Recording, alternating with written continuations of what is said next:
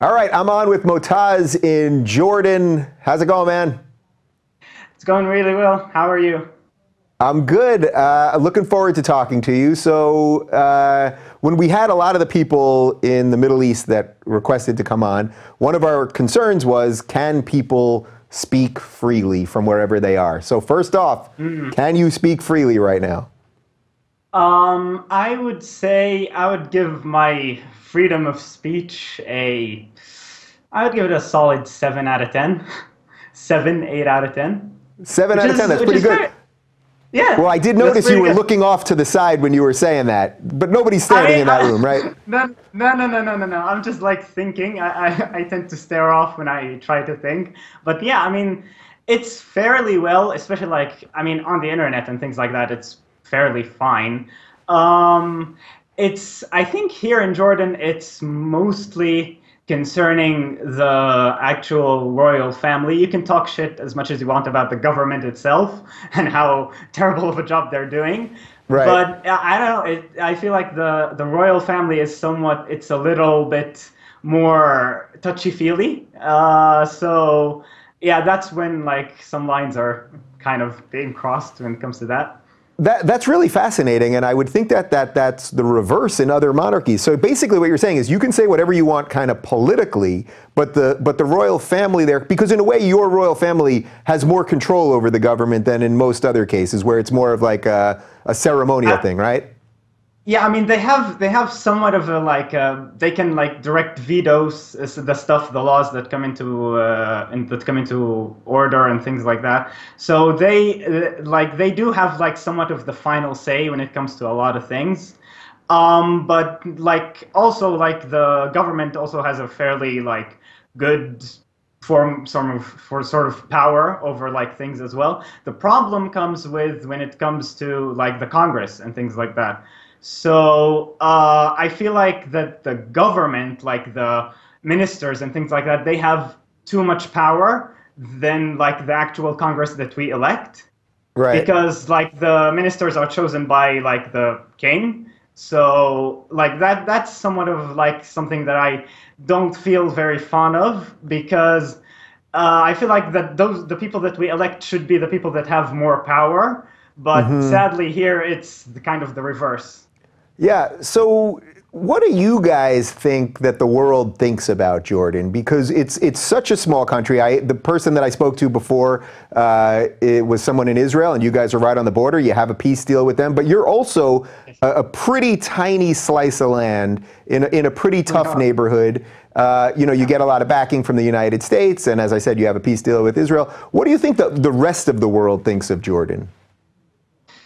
I mean, well, I feel like the rest of the world really doesn't think that much about Jordan, especially because we don't have that much like conflict going on. So like, there's nothing for like the New York Times to write a head thing about that, like, oh, this happened in Jordan, so like people now know about Jordan.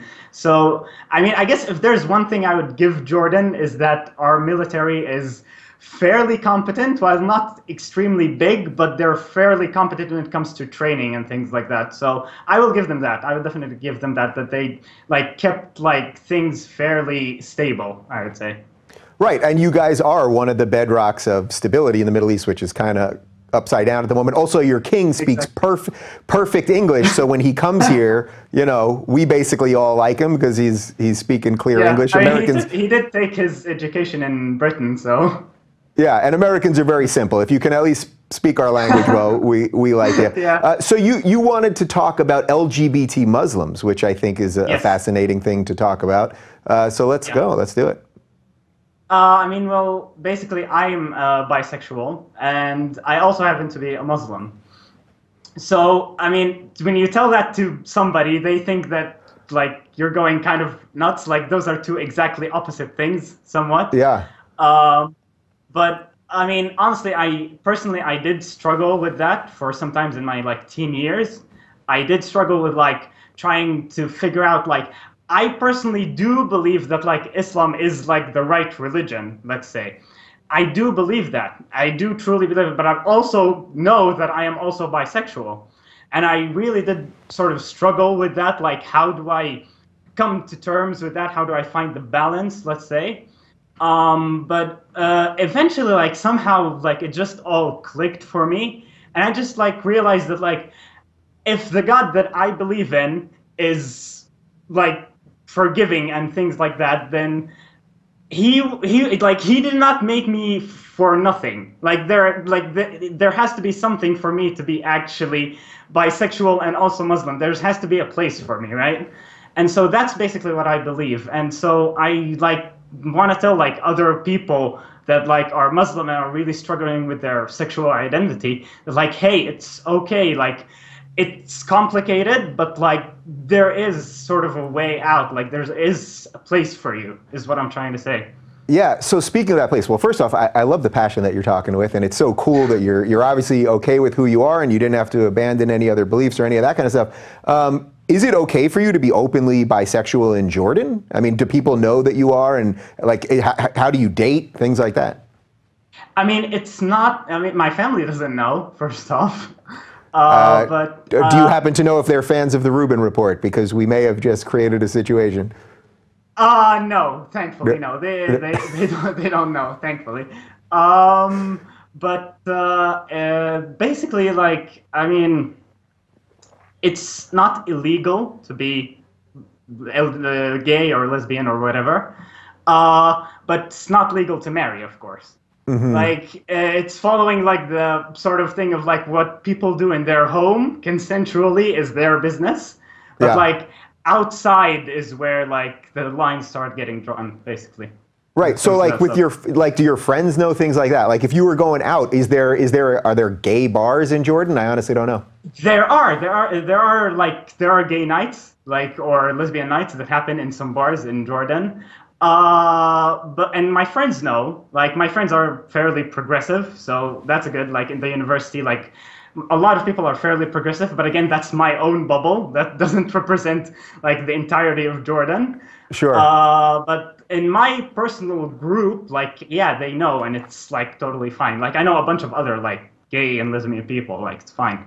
Yeah. I thought it was nice the way you described your own personal faith related to your own personal voyage as a person.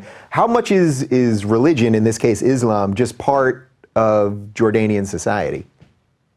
Oh, it's a huge part. I mean, there's always, like, the prayers going on, like, sounding off all the day, all 5 times a day. There's, like, religious writing everywhere, basically, about that stuff. But I don't know. I feel like most of this stuff is, a lot of this stuff is not, like, sort of enforcing. It's like in good faith, basically. People are writing it. Like, a lot of the stuff are not, like, necessarily specifically for Muslims, but also for other, like, Christians and things like that. Like, things that somewhat we all agree on. And, like, that's the kind of stuff that, like, a lot of people are preaching. And on TV, like, you always see, like, the ads of, like, us coming together and things like that. And you always have, like, the Muslims with, like, the Christians and things like that. Of course, like, you don't have any atheists, but, like... small steps. It's small steps, like, one step at a time. So, yeah, I mean, I don't find it that intrusive. I feel like, in terms of, like, religion and things like that, it is, like, you're free to, like, do whatever you want, but I don't feel like it's intrusive. I don't feel like religion is, like, intruding on other people's lives in some way in Jordan. So we're in a little like, time I don't crunch. feel like the laws are... I'm sorry for disrupting. No. But I don't feel like the laws are based... There are some laws that are based on, like, religious stuff, but, like, a lot of the laws are not. They're basically democratic laws and things like that, so... Yeah. Well, listen, the fact that you're doing this and speaking so freely and happy to do so probably says a lot more than any specific law could say. But we're in a little time crunch here. So real quick, you mentioned in your note that you're half Jordanian, half Palestinian. Now, people get all crossed up about when Jordan, you know, sort of modern Jordan came to be, but then it was Transjordan before that, and we can go back to the Ottoman Empire and all that stuff. How is it for the Palestinians in Jordan? Because some people say that it's 40%. I've heard something like 70%, and it's a little bit of they don't exactly have all the rights that the average Jordanian has, right? I mean, Yeah, I mean, it just depends on when exactly they came here. So, my family, when they came from like Palestine and into here, they came early enough that they were able to gain citizenship, and so I have full rights as like a normal Jordanian. Hmm. But other people that came in somewhat later after like the 1967 war and things like that, they still have like Palestinian credentials, so they're not fully like Jordanian. But and they, I mean, they don't get to vote. I believe they don't get to vote on like Congress and things like that. And they do make up a fairly good amount of like society. I would say like 40% somewhere around there. Yeah. Hmm. But also, like with the huge influx of Syrians and things like that, the whole society is sort of starting to get mixed, and like there's no like that real definition of like Jordanian. Like that's starting to fade away as like more people from all over like the Arab states are coming towards Jordan. Yeah. All right. Well, listen, I could talk to you all day, but I love talking to someone that so obviously is a free thinker and an interesting person in a part of the world where sometimes it isn't so easy to do that. So good luck with everything. It was nice talking to you. All right. I've got Ben-hemir in New York. What's up, man? Pretty good. I really resonate with your show. There are things that, as an individual, 21-year-old black male, that like supposedly things are not supposed to make sense, but like through your show, a lot of things make sense, and I can resonate with a lot of the things that are being spoken about on your show. Nice. Well, Um, I'm glad to hear that. It's all about ideas. You're up in the Bronx, right? yeah, so I'm from the Bronx. Right now, I go to school in Manhattan. I go to school at Baruch College, business school, great one. And that's what I'm up to right now. I actually work for a healthcare nursing company. My mom, she came from the Dominican Republic. She lives in the Bronx. Kind of like if you do the math, that's kind of like if I'm good at math, that's kind of like what I'm supposed to be. Applied math. I'm supposed to either be like a businessman or like a professor or something like that. Just Right. true to my potential. So both of your parents are first generation immigrants, right? Yeah. So they're Or naturalized. they moved here and you're a first generation. Yeah. So they're naturalized citizens. I was Yeah. born here, so I'm good. Yeah. All right. So the reason I liked your submission was because a lot of what you wanted to talk about sort of flips traditional thinking on its head. And it's sort of what you already alluded to here, that you've heard some Yeah. ideas that kind of Yeah. go against the grain of what people would Yeah. like you to think. So all I want you Yeah. to think is whatever you do think. So what do Yeah. you think? Well, in terms of immigration, so I kind of like I started it. So if you were to look at my three things, one, a more zoomed in version of the next, immigration being the smallest of the three, right? If you were to look at my mom's life, right, when she was 28 years old, right before she was going to have me, she was a flight attendant. Not a flight Hmm. attendant. She was one of those people that gave you your flight tickets in like the brand new airport in the Dominican Republic, right? So Hmm. she was able to she was able to do the math of her life and was like, let me go to the United States. Let me have Ben-hemir in the United States. You'll have a great life, In other Hmm. words, she hedged her bets on me, Hmm. She sacrificed what she needed to sacrifice, and now she hedged her bets on Ben. She made a good bet. um, but it's like there's things in between that just don't really add up. And then like through this election, I was able to realize that things kind of just like as what I've been taught to be through the lens of my life, it just doesn't make sense anymore. And what Yeah. I So mean by that, go yeah, for it. let's dive into that stuff. So, Yeah. so your mom moves here. She hedges her bets on you, as you said, a pretty good bet so far. So Yeah. you're probably going to be a big businessman. So, all right, there you go. So, what is it that you were learning from what the immigration experience was teaching you, or at least what education was teaching you about that, Yeah. that isn't quite right?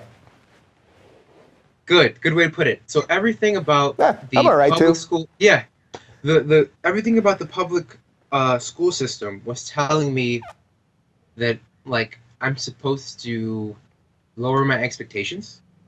That despite being like good at math, like I had to like surrender it for being like mediocre. And then it's Hmm. kind of like it's not just the public school system's fault. It's like it could have been if you blame it on hip hop, if you blame it on something, people like to blame. I don't want to place blame. There are so many factors, you know what I mean? But at Hmm. the end of the day, I came to a crossroads at high school and I was like, why is it that I feel the urge not to go to college? I'm great at math, but like, and there was a lot of factors. You know, my mom couldn't afford it, but FAFSA was right there, you know, free. I don't, to this day, I haven't paid more than $500 on tuition for 4 years of college. Just $500, you know? Wow. FAFSA and TAP were there, but like, what were the factors that were like making me feel hesitant on making those kinds of moves? You know, it just felt weird. Yeah. There's a lot of instances in my life that I like prove that, but like, to put it simply, there's one of them. Here, I'll give you one. I was in high school, and there was this mentoring program. It was called the Good Shepherd Ernst & Young Mentoring Program. If you don't know what Ernst & Young is, it's one of the big 4 accounting firms. It's how I actually got involved in the corporate environment, right? Dave, I'm just going to run this by you. If there are 4,000 students in the high school, and you divide that by 8 because there's 8 schools in the there's 8 schools in the one high school campus. So in other words, I can do that so far. We're at 500. 500 per school, yes. Okay. Now there's 30 available seats for the mentoring program. What's your best guess as to how many people applied, whether that's the parents of the kids or the kids themselves? So there's 30 seats, and each one for has... the mentoring program. Yeah. Oh, it's 30 seats for all 8 schools. Oh, 30 for all 8 seats schools. For 4,000 kids potentially. How many applications do you see happening there? Well, it seems like most everybody should, but I know I'm going to answer this wrong no matter what. So let's say a couple forgot. I mean, I'd hope that about 3,000 would, just to try, right? Oh man. Oh my goodness. Man, 25%. I'm supposed to ask the questions around here. I know. 25% of those seats, man. 25% of those seats were left open, Dave. When I remember, because there weren't even enough applicants. Yeah. Wow. 25% of those seats weren't applied for. And what I'm starting to believe, when I reflect on like my life in a political way, is that parenting is super important. I feel like the Republican Party is always saying it in a way in which it comes off as malicious, but it's not. Parenting is so important. My mom taught me so much through, you know, the fact that she sold ices. You know, she didn't know English, right? So she kind of went to her friends that like kind of knew Spanish, kind of knew English, and you know they were into selling ices. You know, Hispanic women were into doing that. She copied them. That's how she made a lot of her money. You know, and she did that, and through that I was able to see, you know, the concept of hard work, the concept of, you know, I lived in the projects, you know, but like everything through my mom's work ethic was telling me something different than what everything else was telling me, if that makes sense. And yeah. So that's why that's why if you go like if I'm zooming out from immigration to socioeconomic injustice, you can kind of see the strings, right? Yeah, you definitely can, and you're obviously a great example of why this SJW stuff doesn't work. I'm curious. You're sort of in a certain way. I mean, as a black man and as Latino, you're a double minority Dave, in that way. Yeah. Dave, am I supposed to think I'm black? Am I supposed to believe I'm black? You want to be a white woman, whatever you want to be. It's America 2017. You can be whatever you want. Dave, I'm black. Absolutely. Yes. But am I supposed to believe I'm black? Is there a party that tells me I'm not black? Or is there a party that tells me I'm Latino? Oh. Or that tries to divide my own identity into two different things? Yeah. Well, I think your point is that we should judge the individual? Absolutely. Absolutely. Yeah. That's definitely the point. I'm sorry if I was over extrapolating. That's definitely over extrapolate away. That's fine with me. So when you're talking about this stuff, now obviously I'm with you on here, and I guess that's why you dig the show, and I think that's great. Yeah. But when you are discussing this with friends, family, et cetera, in some respects, unfortunately, this can be thought of as some kind of out there stuff. You're definitely not in the group think on this. What's that like for you? This is super radical, man. I haven't spoken to many people about this yet.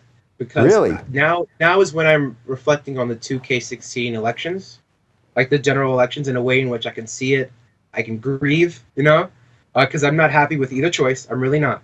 But I can grieve, and now that I'm out of the grieving process as an individual, and now I know what I want to look for in a politician, if that makes sense.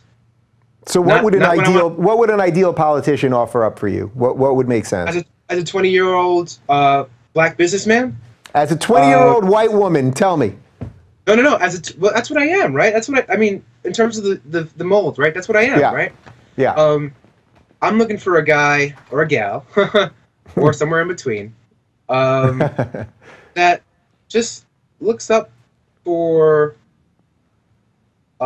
giving me access, if that makes sense. And I know that the Republicans say this in a way in which it seems demeaning, but it's starting to make more sense. Like the more I kind of delve into this new identity of being a businessman, of being an individual who wants to, not necessarily usurp anyone's power in the business world, but as an individual who wants to make a name for himself.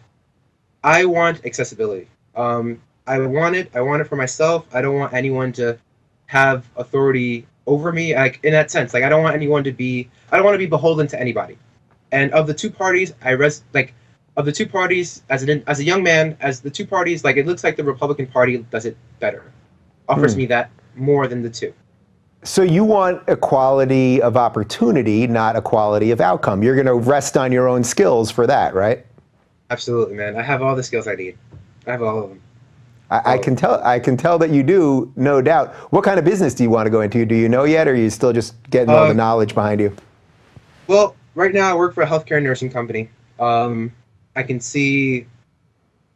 This has taught me that I want to go into consulting, because I can see where there are flaws and kinks within any company now, and how I can kind of like tell managers how to close off their leakages, and kind of just, or like improve on their strengths. That's what I want to be, I think. That's one of the things I want to be. I want to be many things, but that's one of the things I want to be. I want to open my own consulting company. Yeah, awesome. Maybe an LLC, maybe, I don't know, something like that. Oh, wow, you're really breaking it down, like S Corp, LLC, partnership, the whole thing. You really are in school. You've proven it to me. I get it. Dave, I don't have to prove it anymore, right? I've given you enough, right? Now, finally, at the end, I believe it. Well, listen, man, it was a pleasure talking to you, and good luck with everything. I have no doubt you're going to do awesome stuff, and maybe I'll hire you to do some consulting one day. Listen, I think you might have me back. I really do mean it. You're going to have me back as something way, way greater in the future. I really do believe it. I will have my guys take note of that. All right, I'm on with Tarjinder from the UK, although she's on holiday, as they put it, in Australia right now. Tarjinder, how are you? I'm good, thank you. How are you? I'm doing well. First off, I love your name, Tarjinder. What a great name that is. Oh, thank you. It's actually misspelt, so it should be Tarjinder, but I think my parents' thick Indian accents were misheard when they went to register my name, as they stuck an extra R in there. Oh, wait, so what's the proper way to pronounce your name? It should be Tarjinder, but no, it is Tarjinder because that's how they spelt it. It's just, so okay, all right, good. I wouldn't want to get us off on the wrong foot with a mispronunciation of a name. So I really loved your submission. First off, you studied political science, and I studied political science too. I like to find people that study political science that are still interested in politics, because usually people run as far as they can. Can you tell me a little bit about that? Yes, I mean, I basically studied politics, European politics and history when I was as an undergraduate, and then did a master's, which involved looking at New Labour and devolution, and I studied that in Trinity in Ireland. I've just kept up to date with it since, really. I don't think that one ever loses that political side or that interest, hopefully not anyway. So yes, I mean that's literally where I'm coming from, and also just being interested in the political parties in Britain as well. Yeah, and there's certainly a lot to talk about with what's going on in Britain these days. There is a lot happening in Britain, but let's talk a little bit about your history. So you're an ex-elementary school teacher, right?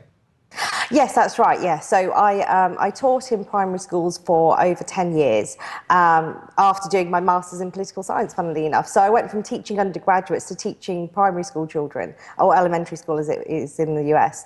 And I mean, really, just the experience of teaching them and being in that environment, particularly in those inner city schools, has really influenced my thinking on both education, but also looking at the political role and how that's sort of been enmeshed really, over the decades, and particularly unfortunately, the role of the left, I think, at times in ensuring that we haven't actually had a situation where standards have risen, but it's partly due to the kind of methods and ideas that have come out of the 60s, and these ideas that we should get rid of traditional teaching. And really there is a movement back towards that, because in essence, what's happened is there's been this real emphasis on, say, 21st century skills and all these things like child-centered learning, which sound lovely, they sound amazing, but in reality, they just don't work. And if you look at every education system which has implemented these ideas, the US, the UK, France,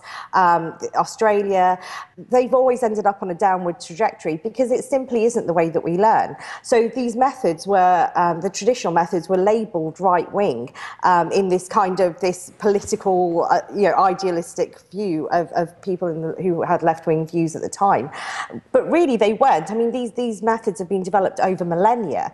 And so the reason why we have problems within the education system is precisely because we just threw the baby out with the bathwater. And I really do think that, we need to go back to that. We need to certainly revise it to take into account why it didn't work for certain people, for certain children. But this whole area is just so full of pseudoscience and fads that it really does need to be tackled head on. Yeah, so let's pause there for a second. I don't know if you saw my episode with Joanna Williams, who is a professor, I think, at Leeds University, and this is exactly what she talked about, that we've taken these wrong methods, we sort of keep doubling down on them, we do all this stuff about feelings instead of facts. You mentioned pseudoscience, and that's one of the things that you wanted to talk about, that basically sort of nothing is empirical anymore. We have these ideas of things that might kind of work in academia or in politics or elsewhere, but not really empirical evidence that these things do work. No, and so much of it is ideological and belief-driven. So if you look at the whole 21st century skills agenda, well, there was a whole idea of 20th century skills, and that didn't come to much. I mean, the fact is that, all we can do is learn about the past and the present and build on that. The idea that we're going to somehow know about the future and we can work out what it is that children are going to need is just it's just a complete lie in the end. We know this. And we also know from studies in the past as well that actually traditional methods did work better, even in comparison to these newer methods. But a lot of this was actually not taught to us. So as teachers, we weren't trained. So there was a massive study called Project Follow Through. Now, whatever the good and bad aspects of it, the fact is that it showed at the time that didactic methods were better than these kind of constructivist methods that are being pushed and used. And yet, exactly as Joanna said, they're just being doubled down on constantly. And I think we really do need to expose this,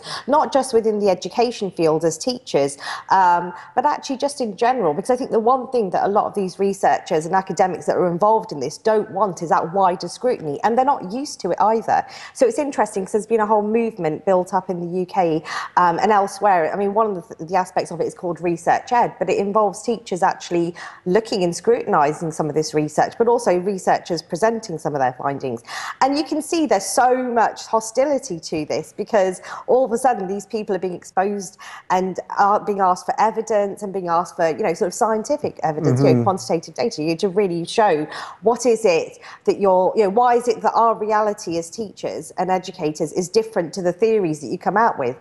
But really it's about what's happened over the previous decades is we have been wasting our time as teachers really trying to make their theories work in reality.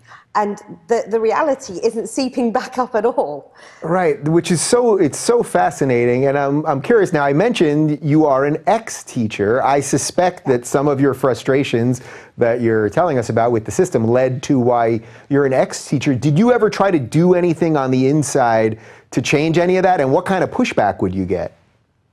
I mean, the whole thing is, if you imagine the whole regressive left shtick, the whole smearing, I mean, that's just been excelled in within the education field. So if you think about where it is in higher education, well, it's just gone the whole hog in the field of education. So essentially, you just have things thrown back at you like you're a child hater. So if you believe in discipline, there's something wrong with you. You're authoritarian. And all of these things. It's just pejoratives, and that's probably the main thing that constructivists in particular have really managed to put out there. Is just a whole list of pejoratives about traditional methods without actually telling the reality of when they failed. And if they were truly being honest, you think that when their methods have failed or when they fail to reap results, they would be willing to actually take that on board. But instead, they just shift the goalposts. So, all of a sudden, it's not about academia anymore. It's about keeping children happy. Oh, well, we're not keeping children happy, so it's about something else.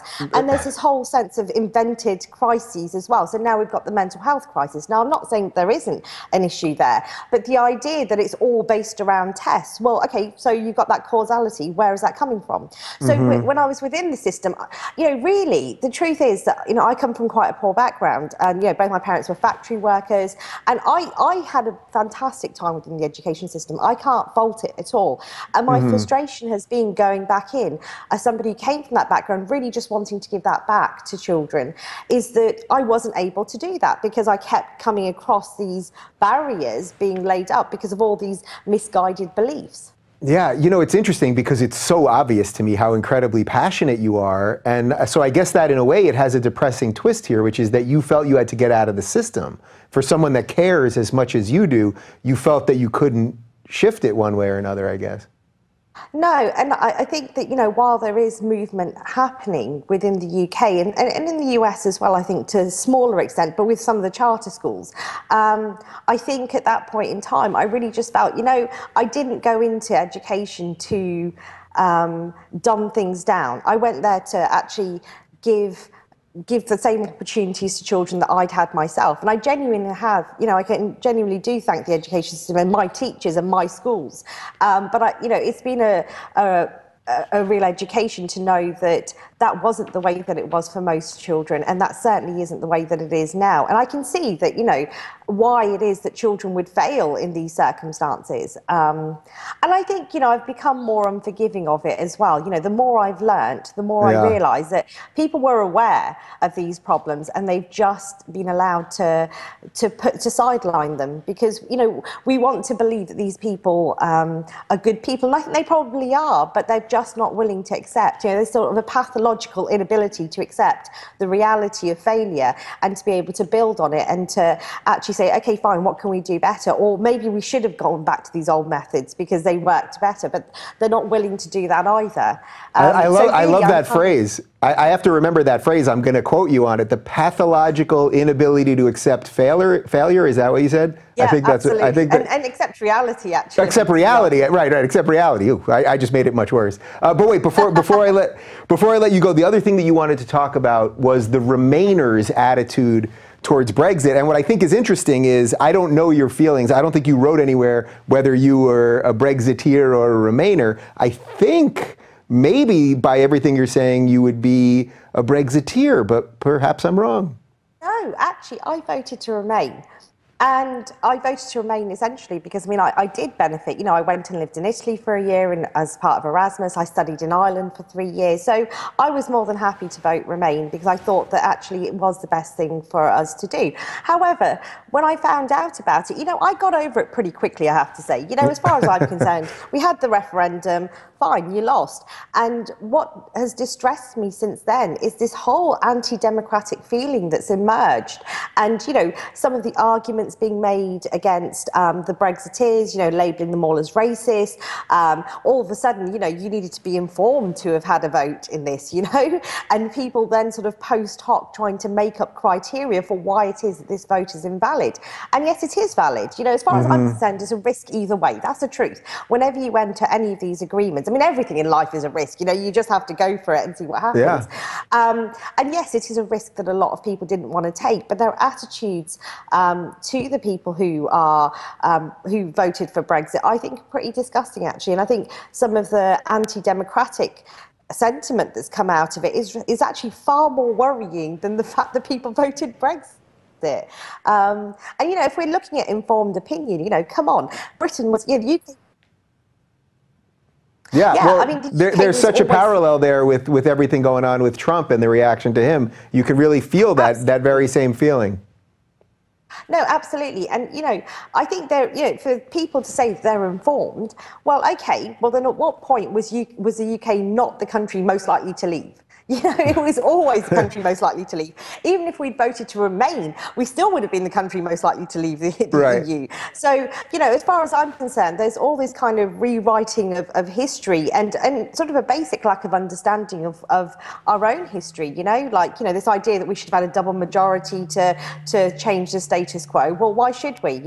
We did this with devolution in Scotland, in the late 70s. We insisted on a double majority, and that created a massive grievance. So, as far as I'm concerned, it's fair enough. Yes, it was close, but it is the will of the people. And more to the point, there's so many people, I honestly believe that if this was going on in Peru or Venezuela, they would be up in arms about the fact that, a popular mandate was being overturned by by the minority, or the role of Gina Miller in taking us to court and taking the government to court, and now trying to build this anti-Brexit progressive alliance. That kind of interference by a wealthy individual would not be tolerated by the same people. They'd be disgusted, and yet when it comes to them, well, it's okay. It's just double standards. Yeah, well, I love that, because you're trying to have principles even for a decision that you were not for. It shows a certain sense of character, and I've enjoyed talking to you. And now, more importantly than any of this, get out to the beach in Australia instead of the hotel room. All right, I've got Niklas in Germany on the line. Niklas, what's going on? Not very much. I just came home from university, so now I'm ready for doing the interview. I'm very happy to be here. Thank you. Yeah, well, I'm glad to talk to you. We had a little screw up in the time zones. You've been awake for 87 hours waiting for this? Yeah, I forgot the distinction between AM and PM, so I was sitting here this morning at 9 in the morning, all dressed up, all freshly showered and everything. All right, you look good. Don't worry about it. Okay, so let's talk. So you're 24 years old. You live in Germany. What's life like for a 24-year-old in Germany these days?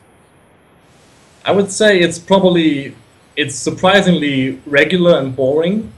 So I'm doing pretty fine. I'm studying. I'm doing a degree in media science and English literature.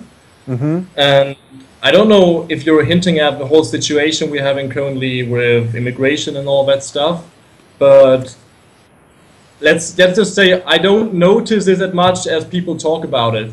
So I think there's a lot of hype in the media about the immigration situation, and I, as someone who's frequently, for instance, in Cologne, where the New Year's Eve incident happened, I don't see it as much as it's perhaps portrayed in the media. Yeah, I think that's really interesting. I've talked to some immigrants. I've been talking to people all over the world, and I think everybody's trying to get a gauge on how severe all this stuff is. How far do you live from Cologne? That seems to be one of the hotbeds of this situation. Well, right now I live 2 hours from Cologne, and when I'm back with my parents, I live 45 minutes from Cologne, but I also have friends in Cologne. And in fact, I was in Cologne yesterday. I was interviewing the head of the German Council of Ex-Muslims. I was meeting with her for a conversation, so I was in Cologne just yesterday. And there wasn't pretty much going on. Just in fact, a demonstration that was pro-European Union, which was quite interesting. So do you fear the far right, or at this point saying anything's right and left, it's becoming increasingly sort of obsolete, but the nationalist parties that are growing or gaining traction in Germany, do you see them as a bigger issue than the problems with immigration and getting people to accept German values and all that? No, I don't think they're a bigger issue, and that's because they're essentially, at the moment, they're just showing that they are just like all the other parties. Because there's a lot of internal struggling going on for power. So the head of a party, Frauke Petri, a woman, she just declared that she won't be signing up for the ticket for the election in September. And so there's a lot of internal power struggling going on within the party, and the approval rates are going down. So I think they're kind of destroying themselves a little. But that doesn't mean that the other side of the coin isn't an issue. So I would say What I want is an honest debate on immigration and the things that come along with it, the culture that most of these people have, the religion they predominantly adhere to, which is Islam, and the problems that arise with it. But I just don't want it to be on the fringes of society. I wanted this to be a debate that takes part in the center. Yeah. Well, I love that, and you're certainly speaking my language about having the exchange of ideas and having a debate and getting the center to kind of strengthen itself. One of the issues that you wanted to talk to me about was a bit about the European Union, and I think that probably, if I had to guess, but I don't know for sure, most of my audience would sort of lean a little to the right on that and go more for each individual country controlling itself totally. But you're not totally on board that, right? I'm not totally on board. And I don't want to get too much heat in the comment section, so I'll say right away. Well, it's too late for that. Whatever you say or have said, yeah, come on now. I just think that the European Union, like most other institutions, is deeply flawed. And there's a lot of critique that you can address at the European Union, which is legitimate. There's too much bureaucracy going on, too little direct representation, and people feel detached from Brussels. I mean, if you look at the voter turnout at European elections or for the European Parliament, it's very, very low. So that's an issue, and I'm willing to have this debate on whether the European Union requires reform and to what degree. But I'm only willing to have this debate within the framework of accepting that the European Union in itself is a good thing and legitimate. That's my sort of position on the whole issue. Yeah, so the last thing that I want to talk to you about, we can spend a couple minutes on it, because I thought the way you worded it was really interesting, so I want to read it so I get it properly. You wrote, navigating the world as a curious young mind and the need to embrace ignorance, which I thought was a really interesting statement. And when I first read it, I thought maybe he left a word out here, because why would you want to embrace ignorance? I think I want to embrace ignorance because I think ignorance is the door I have to leave open for myself, through which new information can pour into me and that can allow me to improve myself as a person. Because I think it's always the question you have to ask yourself is whether you want to be intellectually lazy and just repeat what people you like or happen to like say, or if you want to do the research yourself. I mean, I'm probably at the moment going to a quite good example of this. I'd say, generally speaking, I'm a fan of Jordan Peterson. You've had him on your show. Yeah. And he said quite a couple of times that he's not too big of a fan of Marxism. And of course, he's also laid out why he thinks so. But if I'm honest to myself, I know very little to nothing about the actual doctrine of Marxism. So in other words, I'm ignorant towards it. So I have two options. I can either go, okay, Marxism is bad, and it's bad because Jordan Peterson says so. Or I can pick up actual Marxist literature and do the reading and do the research myself, which is, I think, crucial to have an informed opinion on anything. Yeah, I mean, that's so cool, and that's why I do this show. Do you feel that a lot of young minds, like your friends in Germany, people that you communicate with online, do you feel that that concept is picking up, like that concept of actually, believe it or not, knowing what you're talking about, having the curiosity to have your ideas challenged? Unfortunately, I don't think it is. I think, but I think it's understandable. I would describe this as some sort of an intellectual laziness, but it's not coming out of thin air. So if you're a young person and you're studying, you're at a position in life where there's a lot of uncertainty. I mean, you might be single or in a failing relationship, so you don't know whether you'll be able to build the family you want to build, get the job that you want to have in the future. So I get that it's intriguing to just adopt one solve-it-all ideology that just provides you with all the reasons for why the world is unjust and just go along with it. But my bottom line, I think, would be that it's not a bad thing to be ignorant, because this is what gives you the opportunity to improve yourself. And this is the only way we can, in fact, improve as human beings. If we can go out and say, okay, I'm wrong, I might need more information, and if there's no shame in that. I think that's very important, to just reject this idea of having to be an authority on every single issue in the world. Yeah, it seems like actually everyone's doing that. They pretend to know everything, and the more they pretend to know, the less you kind of know that they actually do know. You mentioned a little something about studying media. What's the general media situation in Germany right now? Are you guys suffering from this distrust in the media, this fake news phenomenon, which is getting, we're getting hit at all sides? Yes, we are. We are definitely. There's a lot of distrust regarding the media.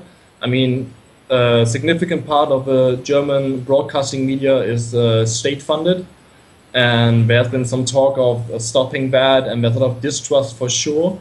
But I think that a lot of alternative news outlets are now coming out of the ground and presenting themselves as an alternative to this allegedly sort of biased news coverage. But I don't know if I necessarily see them as the solution as well, because I think they are also pushing an agenda. It's just a different agenda than that the mainstream media is pushing. Yeah, that's a huge problem, because we can all do this, right? You could start a YouTube channel tomorrow. You seem like a very thoughtful, bright guy, but everyone has their own biases, so now it's on us to do that. What do you think about Der Spiegel? Because they came here and they spent a day with me, and I think they're writing a piece about me. Should I trust what they're going to do with me? I think Der Spiegel is a pretty solid source. Yeah, has a pretty good reputation, so I think you're good. I think you're in good hands. Yeah, well, I may need you to translate the article for me and let me know. I will do that, surely, whatever I can help with. Absolutely. Well, listen, it was a pleasure talking to you, and good luck with your studies. I sense perhaps a political future for you. Am I right? Hopefully, maybe. Hopefully, maybe. I don't know. I think I'm more kind of going into your direction, so I want to be talking and just bringing people together with my own ideas and opinions. I don't want to go and ruin my character in politics. I know how you feel. Well, good luck with everything, and if you start a channel and do all that stuff, make sure that you let me know so I can help promote you. I will. Once again, thank you, Dave. It was a pleasure.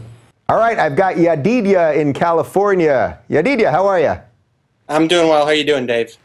Good, good. You know, I was just reviewing my notes on you, and you wrote a lot, so I had to get a lot into my brain to do this properly. But you have a really fascinating story that totally leads to what your life is now. So let's start. Born in Jerusalem. Take it from there. Okay, yeah. All right, we'll start from there. I was born in Jerusalem. My parents actually were religious for about 5 years, and I got a very religious name when I was born, Yadidya, which means friend of God. And they stopped being religious when I was 1.5. And that's when I moved to a kibbutz in the north of Israel. Kibbutz is a small socialist-style communal village in Israel. They have a lot of them, and a lot of them have a lot of farming and agriculture. So I was very involved with the cattle. I really enjoyed being with the cattle. We had a lot of different kinds of animals, and until I was 8, I basically grew up on this farm and really fell in love with animals. And yeah. So then you took this and you eventually became a kosher slaughterer. There's a couple of rers in there. For people that have no idea what that means, what is the difference between slaughtering something in the traditional sense and the way they would in a kosher sense? So kosher slaughter, also known as a shochet, that's usually how I'd call myself, is a person that's been specially trained to kill a animal according to Jewish law, which requires that you use a knife. The knife has to be a certain length. It has to be maintained a certain way. The cut has to be made a certain way. This is the most regulated form of slaughter that's existed, for thousands of years, basically. And the tradition's been passed down.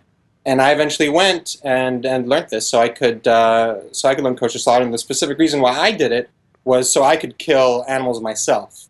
I come to really have a lot of love for animals in my life, and I also really had a lot of love for meat in my life. So I wanted to be able to eat the animals that I killed. I wanted to be able to really understand the whole process they went through to get to my plate. So that was a part of my efforts in doing that. Yeah. So as you were doing this, did the religious part of it matter to you, or did you view this as a more humane way of killing an animal, or a less humane way, or what? Yeah, the religious part mattered to me. I felt that when you're killing an animal, it's you're kind of you're facing death. You're touching death in a way, and that the religious aspect to that for me was very important to have that within it. Now, I also wanted to, through this, see how humane is this really, this was part of the reason why I learned this, because I really wanted to understand my tradition, and I wanted to see how humane it is. A lot of times people usually say about kosher slaughter that it's like the most humane thing, and the animal goes up to the sky on a cloud, drinking champagne, or that it's like the most horrible thing, and animals are all being tortured. The truth is it's in the middle somewhere. But, like with most things. So I'm pretty sure the animal's not going to a cloud with champagne, no matter how you're doing it, no matter how sharp your knife is or any of that. Even if you have a gold knife, I'm pretty sure that's not how it works. So that kind of leads to what you're doing now and what you wanted to talk about, which had a lot to do with farming and factory farming and that kind of stuff. Yeah, so I started about 1.5 years ago working for an animal welfare organization called Farm Forward. And I specifically work on an initiative called the Jewish Initiative for Animals. So what we're working on doing is getting animal welfare onto the Jewish agenda, into Jewish communities, getting them thinking about animal welfare more, getting them to change their buying habits. If they buy, beef or chicken or eggs for their weekly meals or whatever it is, then they can. We're getting them to transition over from factory farm products to products which have higher welfare. And a lot of other things that I'm doing, working within the industry, working within the kosher meat industry. And through my time of being involved in animal welfare, and then also working in factory farming, because I worked in a slaughterhouse in Nebraska for 3 years. So a big factory farm slaughterhouse. And through all this, and then specifically since the last election, I've started becoming more interested in politics and more small government politics. And I really began to see how much the government was exacerbating problems related to factory farming, exacerbating a lot of the problems also related to inhumane agriculture and inhumane slaughter. And I really began to see how private solutions, non-governmental solutions, are just so much more effective in these realms. And it just seemed like, wow, this just fits in so well to everything I'm seeing in terms of the political discussion right now. Yeah, all right. So if you want to take a guy like me that you know is a classical liberal, but I see some utility for the state, if you wanted to sell me on this, that these government subsidies don't do anything, that in some ways, as you're saying, they make things worse, et cetera, what's a good example that you can give me out of the factoring farming? How is government subsidies making it worse, or government regulation making it worse? I started to look at examples when I knew I was going to be on the show. I thought, well, I know, like an example here, an example there. There's so many examples out there. It's actually a little scary. It's just everywhere. But just in terms of welfare, I think what my best example that I can give is related to the kosher meat industry as well. The kosher meat industry used to have a ton of fraud in it. Back in the 1920s, 1910s, when all the Jews first started moving to America, nobody was ready for this free market system. Everything used to be handled with kosher slaughter in towns, and the kosher slaughter would be run by the town. And when they came to this free market system, there was just fraud everywhere because the kosher meat was more expensive, so somebody could just go and take non-kosher meat and then just sell it as kosher and make a ton of money. So there was a lot of different solutions that were tried with this, and one of them was the government solution. They made these kosher laws in New York. They tried to say, they tried to enforce these laws, and they really were not enforceable. What ended up fixing the kosher system, at least to a great extent, was these third-party private kosher certifications. And they basically, a group of these one of these certifications, the biggest one, the Orthodox Union, it started certifying more and more food, and eventually it, with some others, created certain standards for kosher certification. And those standards are still very strong today and maintained in a really strong way in the United States. So what you have with humane slaughter is the government has instituted laws about humane slaughter, at least for mammals, not for poultry. But those laws are really not well enforced. And they never have been. Is that partly just because there's so much money to be made in factory farming that those are the guys that can pay the lobbyists to help the laws written to their advantage? It's always going to hurt the small guy.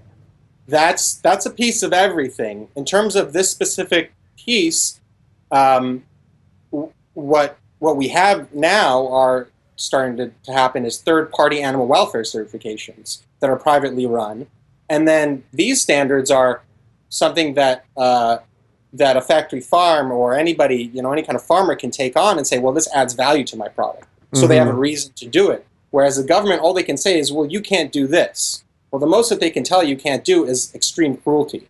So there's this is like when I go to Whole Foods and they got like, level 1, level 2, level 3, level 5 is like the cow has lived a better life than me and should probably be eating me instead, right?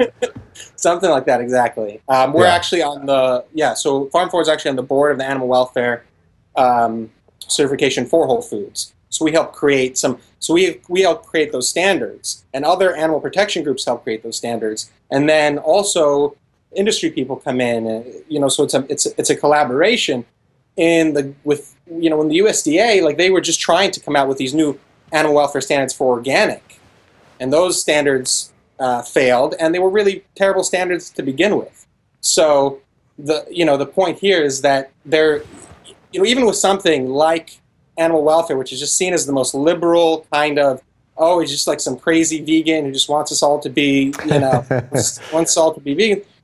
Even within that realm, a lot of these big government ideas, like force them to kill animals humanely, force them to do it doesn't really work. In the end, we have to. In the end, it's a personal responsibility for each one of us and for these companies. And if we put the right market incentives in place, it can be a very successful way to deal with animal welfare issues. Yeah. I'm curious, is this where, have you ever found a moment where the religious part of you and the part of you that cares about the animal have been in conflict? Like, if you didn't have the religious part, let's say, right now, would you be killing the animals in any different way? Is there any piece that you would be doing different that you're not doing for religious reasons? Or vice versa? That's hard to say. Usually the laws, in terms of the Jewish laws, they fit in very well with my views on animal welfare, and they challenge even practices that we see today that are really terrible towards animals, and they challenge those practices. I find the laws to be quite good. Sometimes what I am challenged with a lot more is the practices on the ground in the kosher slaughterhouses today, and the kosher meat industry, and helping create positive change within the modern industry. Right. So final thought on this. Is this somewhere where the Jews and the Muslims can get on board together? Because you've got two groups that, for those that are believers that want to eat meat or chicken or whatever, killed in a certain way, prepared in a certain way, this is where the kosher guys and the halal guys could form some sort of pact and clearly bring peace to the world. Yeah, no, I mean, this is definitely true. There's a lot of shared interest there, and it's more than actually what you're thinking, because at least in terms of Jewish, we don't need anybody else to eat kosher. We just eat kosher. We're not trying to spread our religion to the whole world or anything like that. But our interest is that we get to eat kosher, and Muslims' interest is also usually that they just get to eat halal. And what's happening now, you see in Europe, there's a lot of certain countries have instituted laws against ritual halal or kosher slaughter. They claim they do this for humane reasons, although they allow all kinds of other horrific things. So it's very hard to argue that. So we have a really important shared interest in having continued access to meat from our tribal, ritual, religious slaughter. So we have a very important shared interest there. And within the world of kosher and halal slaughter, the kosher and halal people always get along really well. We're always in slaughterhouses together. There's a lot of stuff that's already done between the two, a lot of cooperation around this. Well, maybe that's the answer to the whole thing. It needs to be resolved over some good meat, and I'd throw some good wine in there too, and then it all comes together. Well, it was a pleasure talking to you, and there was a lot more I know that you wanted to get to, but I think we're out of time. So it was a pleasure, and good luck with everything.